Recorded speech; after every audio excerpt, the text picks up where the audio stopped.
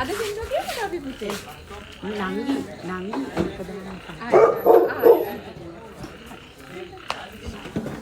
ලස්සන ලහිතම බස් එක ආවා කොමේ නඩේ ගුරකස් තුරි මම ආනන්දතේ මාතරින් අපි අම්පාන්දරින් යම් යම් යම් මාතරින් ට්‍රිප් එක පාන්දරින්.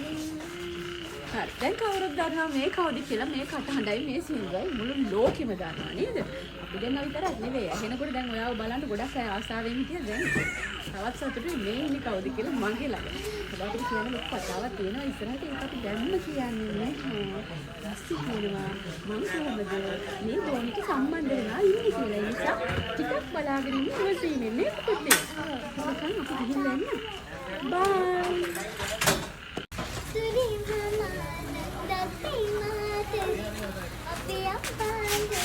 ඉතින් ඔන්න මම තමයි චූටි දුවගේ ට්‍රිප් එක පාන්දරින් සින්දුවේ මාතරින් ආපු නැන්දා. ඉතින් ඒ සින්දුව ලංකාවේ ට්‍රෙන්ඩින් නම්බර් 1 වුණා. මං අද අවස්ථාවක් කරගන්නවා චූටි දුවට ඒකට සුබ පතන්න. ඉතින් අපි ආයෙත් ළඟදිම හම්බ වෙනව නේද දුව? එහෙනම් අපි ආයෙත් හම්බ වෙමු. ඔයාට මම ඔයාගේ මුළු අනාගතේටම හදවතින්ම සුබ පතනවා පැටියෝ.